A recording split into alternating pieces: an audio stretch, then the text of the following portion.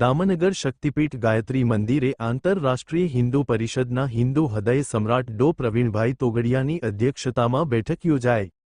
સાંસ્કૃતિક હોલ ટૂંકો પડ્યો। સમગ્ર દામનગરમાંથી અસંખ્ય યુવાનો અગ્રણીઓની વિશાળ ઉપસ્થિતિ વચ્ચે ડો તોગડિયાનું યુવાનોને આહ્વાન। હિન્દુ ધર્મ સંસ્કૃતિ દેવ દર્શન પૂજનમાં તત્પર રહો। હનુમાનજી ચાલીસા કેન્દ્ર માટે વચનબદ્ધ પ્રતિજ્ઞા।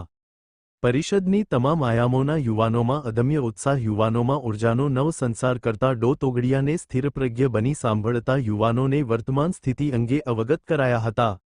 આંતરરાષ્ટ્રીય હિન્દુ પરિષદના અધ્યક્ષ ડો પ્રવીણભાઈ તોગડિયા અને ગુજરાત પ્રદેશ સંગઠન મંત્રી નિર્મળભાઈ ખુમાણ દ્વારા દામનગર શહેર સંગઠનના નવનિયુક્ત હોદ્દેદારોને શુભેચ્છા આપી હતી। આંતરરાષ્ટ્રીય હિન્દુ પરિષદની તમામ આયામો દ્વારા થતી સેવા પ્રવૃત્તિઓથી સર્વને અવગત કર્યા હતા। બેચવાની પણ જગ્યા ન હોવાથી અસંખ્ય યુવાનો ઊભા પગે રહી ડો તોગડિયાને સાંભળ્યા હતા। રિપોર્ટ નટવલાલ ભાતિયા।